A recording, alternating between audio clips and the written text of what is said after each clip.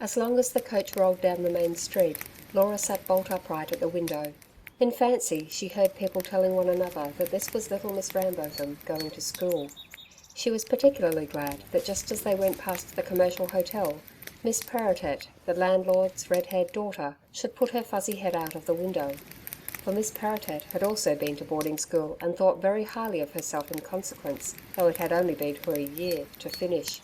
At the National Bank, the manager's wife waved a friendly hand to the children, and at the Royal Mail Hotel, where they drew up for passengers or commissions, Mrs. Paget, the stout landlady, came out smoothing down her black satin apron. "Well, I'm sure I wonder your ma likes sending you off so alone." The ride had comforted Pin a little, but when they had passed the chief stores and the flour mill, and were come to a part of the road where the houses were fewer, her tears broke out afresh. The very last house was left behind. The high machinery of the claims came into view, the watery flats where Chinamen were forever rocking wash dirt in cradles, and O'Donnell dismounted and opened the door. He lifted the three out one by one, shaking his head in humorous dismay at Pin, and as little Frank showed signs of beginning too, by puckering up his face and doubling up his body, the kindly man tried to make them laugh by asking if he had the stomachache. Laura had one more glimpse of the children standing hand in hand. Even in her trouble, Pin did not forget her charges. Then a sharp bend in the road hid them from her sight. She was alone in the capacious body of the coach, alone, and the proud excitement of parting was over. The staunchly repressed tears welled up with a gush, and flinging herself down across the seat, she cried bitterly. It was not a childishly irresponsible grief like Pin's.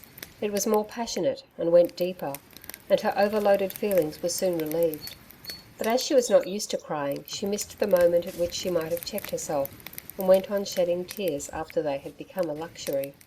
"Why, goodness gracious, what's this?" cried a loud, cheerful and astonished voice, and a fat, rosy face beamed in on Laura. "Why, here's a little girl in here crying fit to break her heart. Come, come, my dear, what's the matter? Don't cry like that. Now don't." The coach had stopped, the door opened, and a stout woman climbed in, bearing a big basket, and followed by a young man with straw-coloured whiskers. Laura sat up like a dart and pulled her hat straight, crimson with mortification at being discovered in such a plight. She had instantly curbed her tears, but she could not disguise the fact that she had red eyes and a swollen nose, that she was, in short, what Sarah called, all bunged up. She made no reply to the newcomer's exclamations, but sat clutching her handkerchief and staring out of the window. The woman's good-natured curiosity, however, was not to be done. "You poor little thing, you," she persisted. "Wherever are you going, my dear, so alone?" "I'm going to boarding school," said Laura, and shot a glance at the couple opposite. "To boarding school! Peter, do you hear? Why, whatever's your ma thinking of to send such a little chick as you to boarding school, and so alone too?" Laura's face took on a curious air of dignity. "I'm not so very little," she answered, and went on to explain in phrases which she had heard so often that she knew them by heart. "Only small for my age. I was 12 in spring, and I have to go to school because I've learnt all I can at home." This failed to impress the woman. "Snakes alive! That's young enough in all conscience, and such a delicate little creature too, just like that one of Sam McFarlane's that popped off last Christmas, isn't she, Peter?" Peter, who avoided looking at Laura, sheepishly mumbled something about like enough she was. "And who is your ma, dear? What's your name?" continued her interrogator. Laura replied politely, but there was a reserve in her manner which, together with the name she gave, told enough. The widow, Laura's mother, had the reputation of being very stuck up, and of bringing up her children in the same way. The woman did not press Laura further. She whispered something behind her hand to Peter, then searching in her basket found a large red apple, which she held out with an encouraging nod and smile. "Here, my dear, here's something for you. Don't cry any more. Don't now. It'll be all right." Laura, who was well aware that she had not shed a tear since the couple entered the coach, coloured deeply, and made a movement, half shy, half unwilling, to put her hands behind her. "Oh, no, thank you," she said in extreme embarrassment, not wishing to hurt the giver's feelings. "Mother doesn't care for us to take things from strangers." "Bless her soul!" cried the stout woman in amaze. "It's only an apple. Now, my dear, Just you take it and make your mind easy. Your ma wouldn't have nothing against it today, I'm sure of that. Going away so far and all so alone like this. It's sweet and juicy." "It's Melbourne you'll be bound for, I dessay," said the yellow-haired Peter so suddenly that Laura started. She confirmed this and let her solemn eyes rest on him, wondering why he was so red and fidgety and uncomfortable. The woman said "Ch ch ch" at the length of the journey Laura was undertaking, and Peter, growing still redder, volunteered another remark. "I was nigh to being in Melbourne once myself," he said. "Aye, and he can never forget it, the silly loon," threw in the woman, but so good-naturedly that it was impossible, Laura felt, for Peter to take offence. She gazed at the pair, speculating upon the relation they stood in to each other. She had obediently put her hand out for the apple, and now sat holding it without attempting to eat it. It had not been Mother's precepts alone that had weighed with her in declining it. She was mortified at the idea of being bribed, as it were, to be good, just as though she were Pin or one of the little boys. It was a punishment on her for having been so babyish as to cry. Had she not been caught in the act, the woman would never have ventured to be so familiar. The very largeness and rosiness of the fruit made it hateful to her, and she turned over in her mind how she could get rid of it. As the coach bumped along, her fellow passengers sat back and shut their eyes. The road was shadeless. Beneath the horses' feet a thick red dust rose like smoke. The grass by the wayside, under the scattered gum trees, or round the big black boulders that dotted the hillocks, was burnt to straw. In time, Laura also grew drowsy, and she was just falling into a doze when, with a jerk, the coach pulled up at the halfway house. Here her companions alighted, and there were more nods and smiles from the woman. "You eat it, my dear. I'm sure your ma won't say nothin'," was her last remark as she pushed the swing door and vanished into the house, followed by Peter. Then the driver's pleasant face appeared in the window of the coach. In one hand he held a glass, in the other a bottle of lemonade. "Here, little woman, have a drink. It's warm work ridin'." Now this was quite different from the matter of the apple. Laura's throat was parched with dust and tears. She accepted the offer gratefully, thinking as she drank how envious Pin would be could she see her drinking bottle lemonade. Then the jolting and rumbling began anew. No one else got in, and when they had passed the only two landmarks she knew, the leprous Chinaman's hut and the market garden of Ah Chow, who twice a week jaunted at a half-trot to the township with his hanging baskets to supply people with vegetables. When they had passed these, Laura fell asleep. She awakened with a start to find that the coach had halted to apply the brakes at the top of the precipitous hill that led down to the railway township. In a two-wheeled buggy, this was an exciting descent, but the coach jammed on both its brakes, moved like a snail, and seemed hardly able to crawl. At the foot of the hill, the little town lay sluggish in the sun, although it was close on midday, but few people were astir in the streets, for the place had long since ceased to be an important mining centre. The chief claims were worked out, and the coming of the railway had been powerless to give it the impetus to a new life.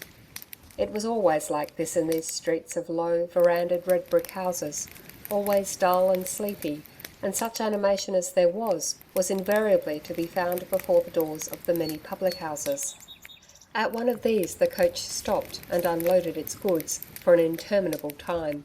People came and looked in at the window at Laura, and she was beginning to feel alarmed lest O'Donnell, who had gone inside, had forgotten all about her having to catch the train, when out he came, wiping his lips.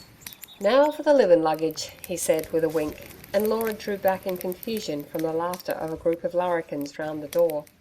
It was indeed high time at the station. No sooner was her box dislodged and her ticket taken than the train steamed in. O'Donnell recommended her to the guard's care. She shook hands with him and thanked him, and had just been locked into a carriage by herself when he came running down the platform again, holding in his hand, for everyone to see, the apple, which Laura believed she had safely hidden under the cushions of the coach. Red to the roots of her hair, she had to receive it before a number of heads put out to see what the matter was, and she was even forced to thank O'Donnell into the bargain. Then the guard came along once more and told her he would let no one get in beside her. She need not be afraid. "Yes, and will you please tell me when we come to Melbourne?" Directly the train was clear of the station, she lowered a window and, taking aim at a telegraph post, threw the apple from her with all her might. Then she hung out of the window as far as she could, till her hat was nearly carried off. This was the first railway journey she had made by herself, and there was an intoxicating sense of freedom in being locked in, alone, within the narrow compass of her compartment. She was at liberty to do everything that had previously been forbidden her. She walked up and down the carriage, jumped from one seat to another, then lay flat on her back singing to herself and watching the telegraph poles fly past the windows and the wires mount and descend.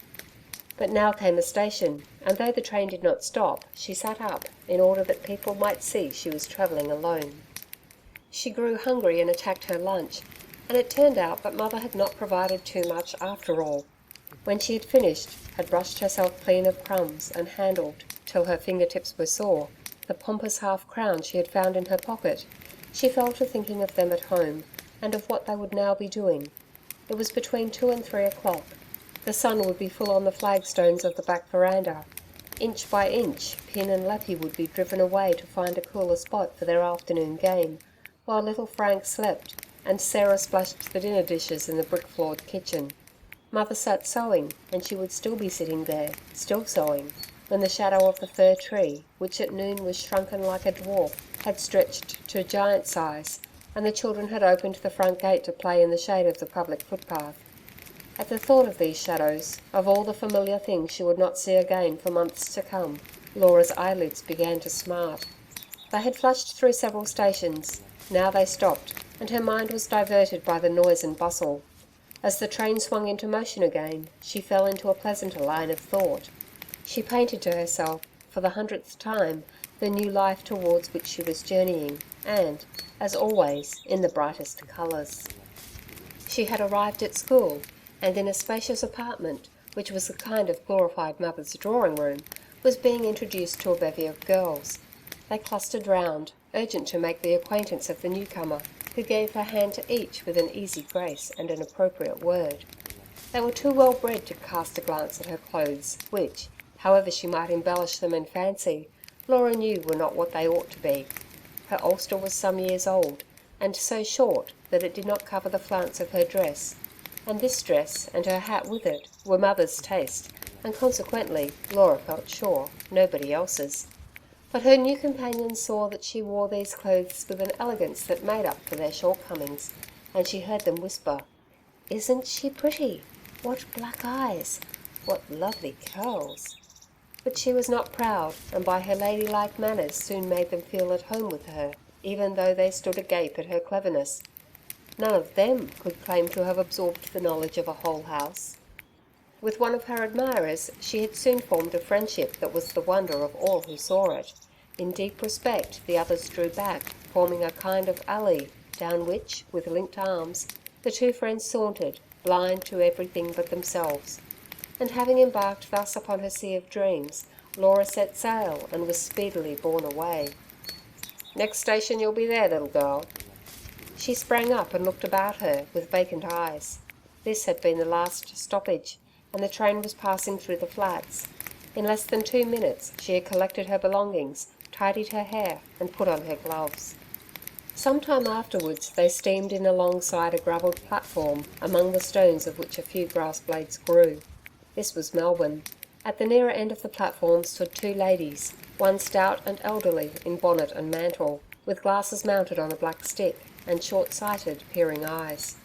The other, stout and comely too, but young, with a fat laughing face and rosy cheeks.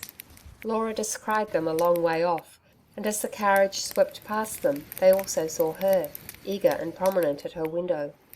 Both stared at her, and the younger lady said something, and laughed.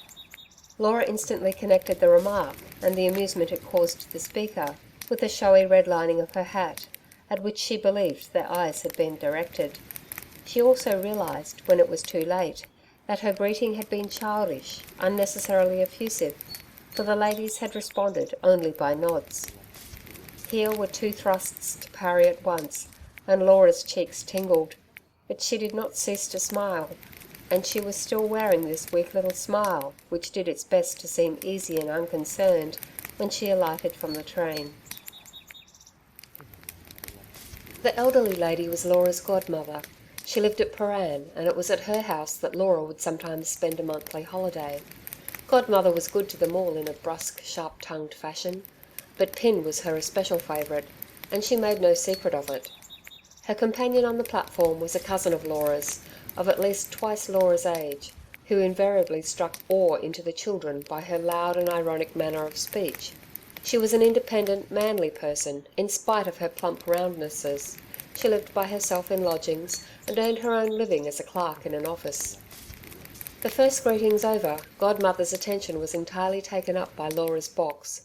After this had been picked out from among the other luggage, grave doubts were expressed whether it could be got on to the back seat of the pony carriage, to which it was conveyed by a porter and the boy. Laura stood shyly by and waited, while Cousin Grace kept up the conversation by putting abrupt and embarrassing questions. "How's your ma?" she demanded, rather than asked, in the slangy and jocular tone she employed. "I guess she'll be thanking her stars she's got rid of you." At which Laura smiled uncertainly, not being sure whether Cousin Grace spoke in jest or earnest. "I suppose you think no end of yourself going to boarding school?" continued the latter. "Oh, no, not at all," protested Laura with due modesty, and as both at question and answer Cousin Grace laughed boisterously, Laura was glad to hear her godmother calling, "Come, jump in, the ponies won't stand." Godmother was driving herself, a low basket carriage, harnessed to two buff-coloured ponies. Laura sat with her back to them. Godmother flapped the reins and said, "Get up," but she was still fretted about the box, which was being held on behind by the boy. An inch larger, she asserted, and it would have had to be left behind. Laura eyed its battered sides uneasily. Godmother might remember, she thought, that it contained her whole wardrobe, and she wondered how many of Godmother's own ample gowns could be compressed in so small a space. "All my clothes are inside," she explained, "that I shall need for months." "Ah, I expect your poor mother has sat up sewing herself to death, that you may be as well dressed as the rest of them," said Godmother, and heaved a doleful sigh. But Cousin Grace laughed the wide laugh that displayed a mouth of great healthy teeth. "What? All your clothes in there?" she cried. "I say, you couldn't be a queen if you hadn't more togs than that." "Oh, I know," Laura hastened to reply, and grew very red. "Queens need a lot more clothes than I've got." "Tut, tut," said Godmother. She did not understand the allusion, which referred to a former ambition of Laura's. "Don't talk such nonsense to the child." She drove very badly, and they went by quiet by-streets to escape the main traffic. The pony chaise wobbled at random from one side of the road to the other, obstacles looming up only just in time for Godmother to see them. The ponies shook and tossed their heads at the constant sawing of the bits, and Laura had to be continually ducking to keep out of the way of the reins. She let the unfamiliar streets go past her in a kind of dream, and there was silence for a time, broken only by Godmother's expostulations with the ponies, till Cousin Grace, growing tired of playing her bright eyes first on this, then on that, brought them back to Laura and studied her up and down. "I say, who on earth trimmed your hat?" she asked almost at once. "Mother," answered Laura bravely, while the colour mounted to her cheeks again. "Well, I guess she made up her mind you shouldn't get lost as long as you wore it," went on her cousin with disconcerting candour. "It makes you look just like a great big red double dahlia." "Let the child be, she looks well enough," threw in Godmother in her snappish way. But Laura was sure that she too disapproved, and felt, more than she heard the muttered remark about Jane always having had a taste for something gay. "Oh, I like the colour very much. I chose it myself," said Laura, and looked straight at the two faces before her. But her lips twitched. She would have liked to snatch the hat from her head, to throw it in front of the ponies and hear them trample it under their hoofs. She had never wanted the scarlet lining of the big, upturned brim. In a dislike to being conspicuous, which was incomprehensible to Mother, she had implored the latter to "leave it plain", but Mother had said, "Nonsense", and "hold your tongue", and "I know better", with this result. Oh yes, she saw well enough how Godmother signed with her eyes to Cousin Grace to say no more, but she pretended not to notice, and for the remainder of the drive nobody spoke. They went past long lines of grey houses, joined one to another, and built exactly alike. past large fenced-in public parks where all kinds of odd, unfamiliar trees grew, with branches that ran right down their trunks and bushy leaves. The broad streets were hilly. The wind, coming in puffs, met them with clouds of gritty white dust. They had just, with bent heads, their hands at their hats, passed through one of these miniature whirlwinds, when, turning a corner, they suddenly drew up, and the boy sprang to the ponies' heads. Laura, who had not been expecting the end so soon, saw only a tall wooden fence, but Cousin Grace looked higher, gave a stagey shudder and cried, "Oh my eye, Betty Martin, aren't I glad it isn't me that's going to school. It looks just like a prison." It certainly was an imposing building viewed from within, when the paling gate had closed behind them. To Laura, who came from a township of one-storied brick or weatherboard houses, it seemed vast in its breadth and height, appalling in its sombre greyness. Between Godmother and Cousin Grace, she walked up an asphalted path, and mounted the steps that led to a massive stone portico. The bell Godmother rang made no answering sound, but after a very few seconds the door swung back, and a slender maidservant in cap and apron stood before them. She smiled at them pleasantly, as, in Chinaman fashion, they crossed the threshold. Then, inclining her head at a murmured word from Godmother, she vanished as lightly as she had come, and they sat and looked about them. They were in a plainly furnished but very lofty waiting room. There were 2 large windows. The Venetian blinds had not been lowered, and the afternoon sun, beating in, displayed a shabby patch on the carpet. It showed up, too, a coating of dust that had gathered on the desk-like central table. There was the faint distinctive smell of strange furniture. But what impressed Laura most was the stillness. No street noises pierced the massy walls, but neither did the faintest echo of all that might be taking place in the great building itself reach their ears. They sat aloof, shut off, as it were, from the living world. And this feeling soon grew downright oppressive. It must be like this to be dead, thought Laura to herself, and inconsequently remembered a quarter of an hour she had once spent in a dentist's anteroom. There, as here, the same soundless vacancy, the same anguished expectancy. Now, as then, her heart began to thump so furiously that she was afraid the others would hear it. But they too were subdued. Though Cousin Grace tittered continually, you heard only a gentle wheezing, and even Godmother expressed the hope that they would not be kept waiting long under her breath. But minute after minute went by. There they sat, and nothing happened. It began to seem as if they might sit on forever.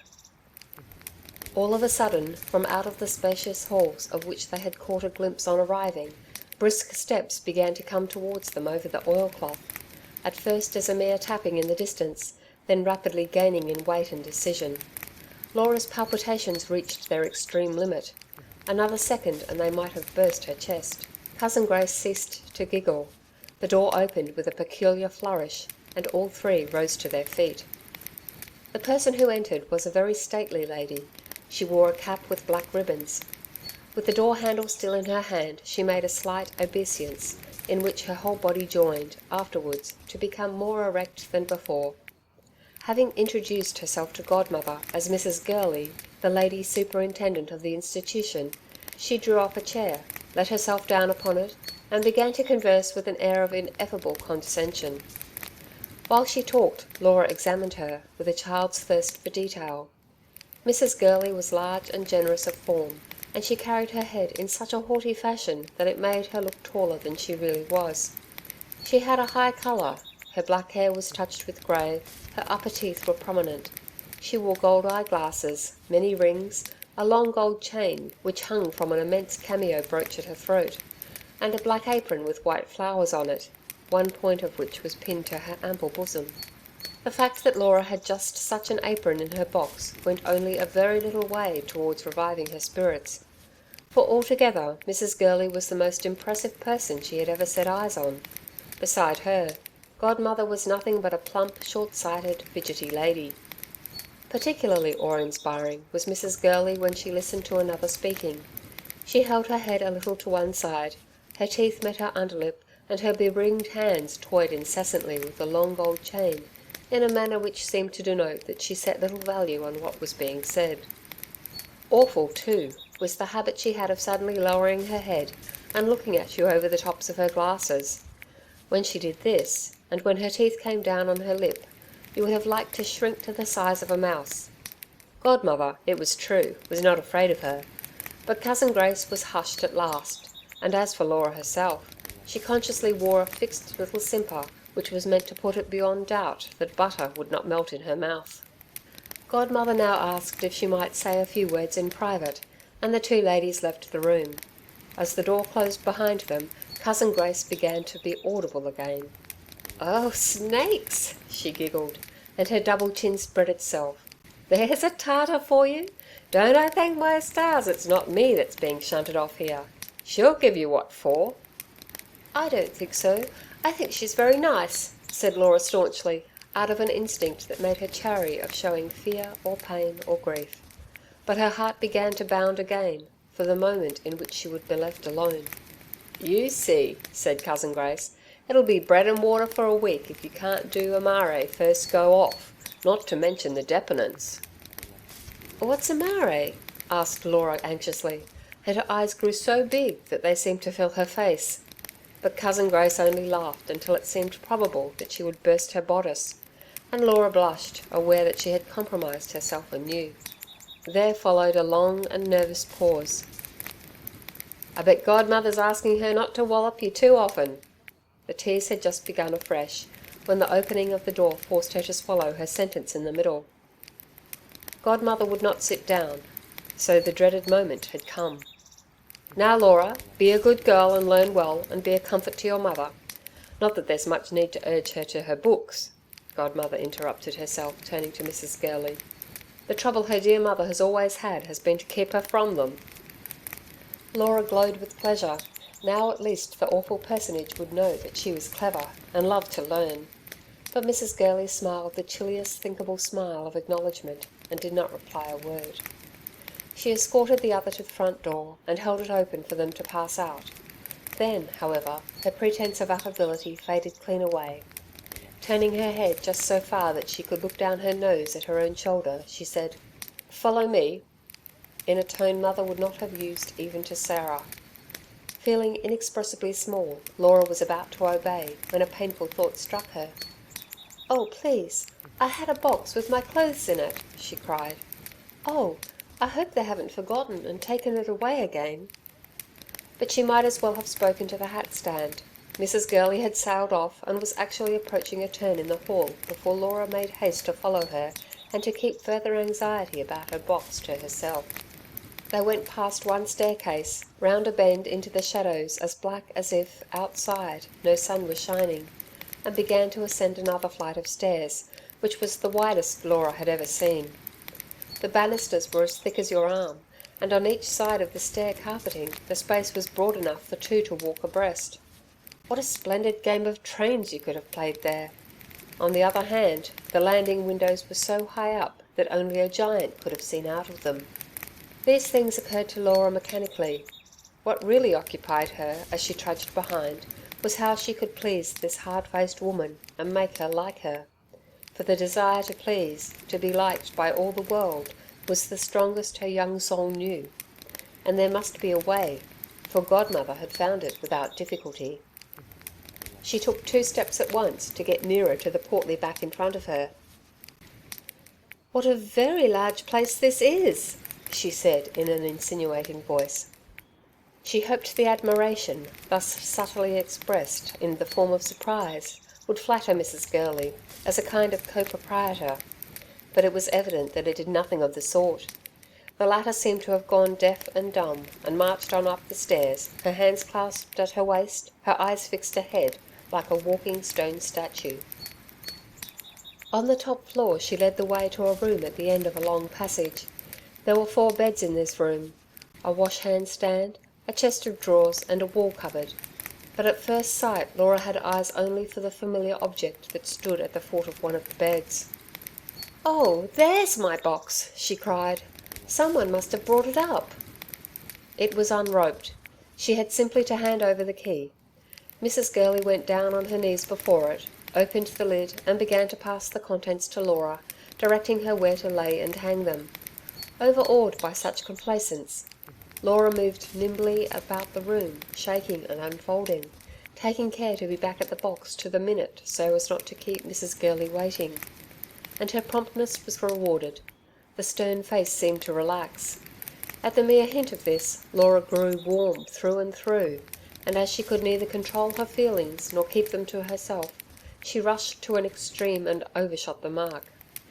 "I've got an apron like that. I think they're so pretty," she said cordially, pointing to the one Mrs. Gurley wore. The latter abruptly stopped her work, and resting her hands on the sides of the box, gave Laura one of the dreaded looks over her glasses, looked at her from top to toe, and as though she were only now beginning to see her. There was a pause, a momentary suspension of the breath, which Laura soon learned to expect before a rebuke. "Little gells," said Mrs. Gurley, and even in the midst of her confusion, Laura could not but be struck by the pronunciation of this word. "Little girls are required to wear white aprons when they come here." A break after each few words, as well as an emphatic headshake, accentuated her severity. "And I should like to know if your mother has never taught you that it is very rude to point, and also to remark, on what people wear." Laura went scarlet. If there was one thing mother, all of them prided themselves on, it was good manners that had been instilled into them since their infancy. The rough reproof seemed to scorch her. She went to and fro more timidly than before. Then, however, something happened which held a ray of hope. "Why, what is this?"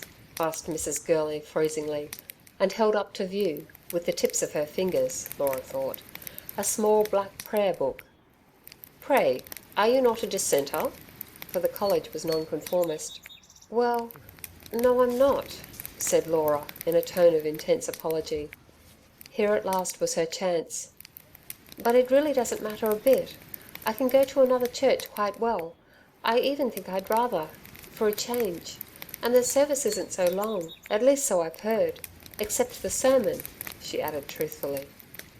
Had she denied religion altogether, the look Mrs. Gurley bent on her could not have been more annihilating.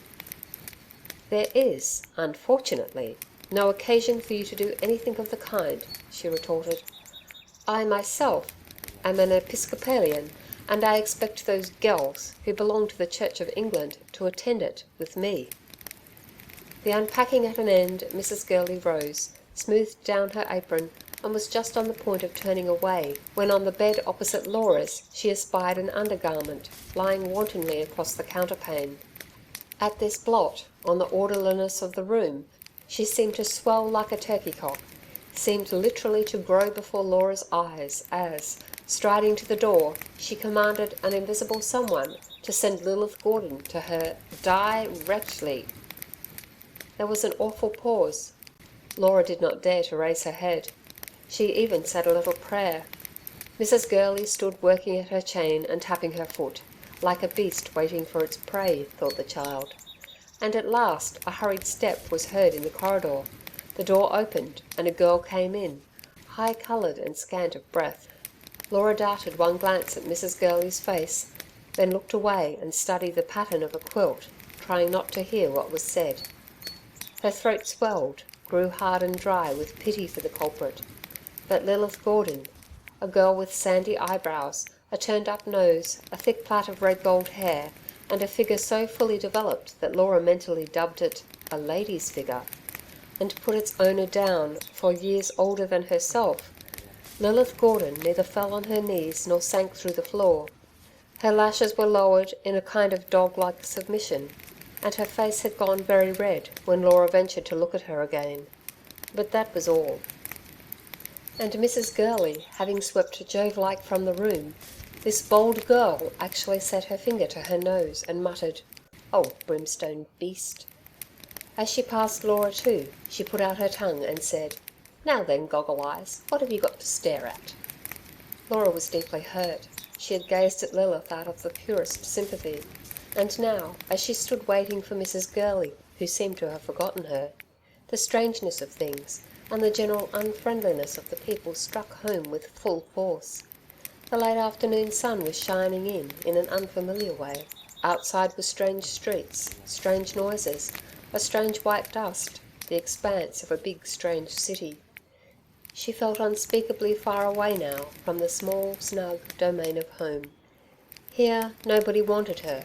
She was alone among strangers who did not even like her. She had already, without meaning it, offended 2 of them. Another second and the shameful tears might have found their way out. But at this moment there was a kind of preparatory boom in the distance, and the next a great bell clanged through the house, pealing on and on, long after one's ears were rasped by the din. It was followed by an exodus from the rooms round about. There was a sound of voices and of feet. Mrs. Gurley ceased to give orders in the passage, and returning, bade Laura put on a pinafore and follow her. They descended the broad staircase.